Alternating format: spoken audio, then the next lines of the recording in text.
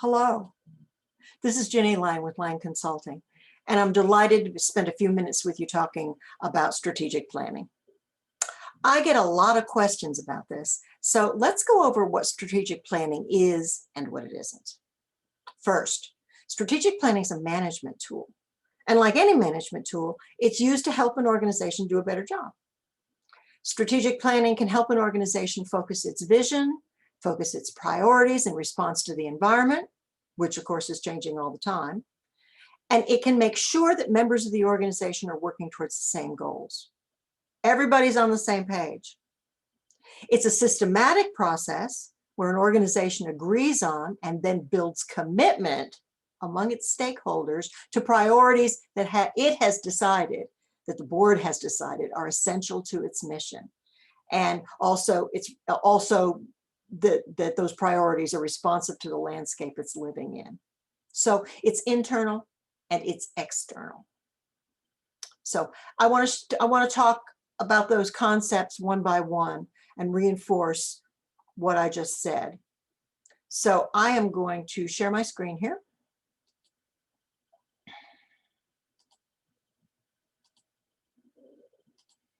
Okay, you should have slides now.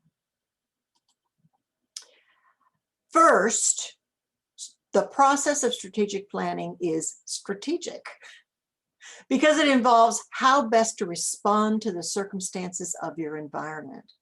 All living things respond to their environment, right? And the ones that are sentient or thinking can choose how they respond. And that's what you're doing when you're planning.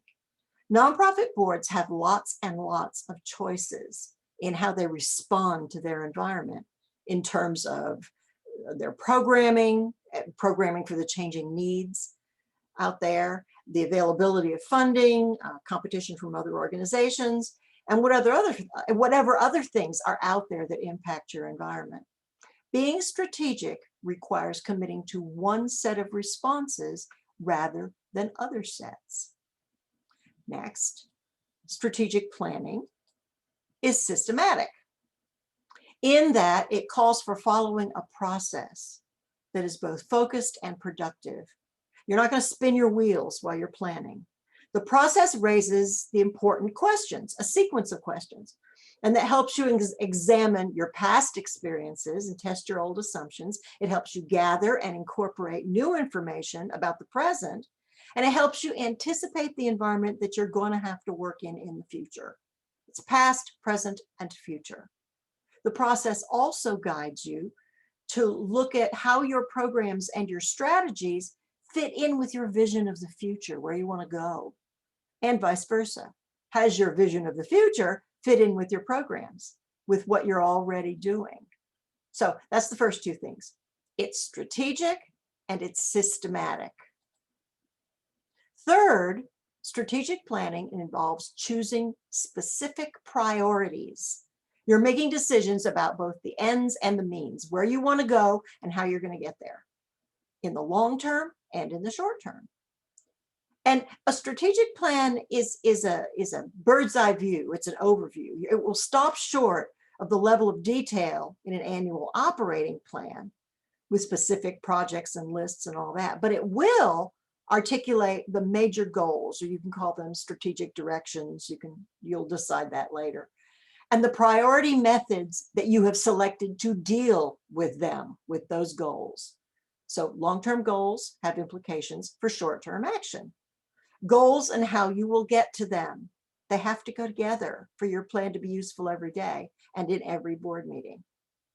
Last, this process is about building commitment. It systematically engages everybody, key stakeholders, including the board, the clients, your members, and the community.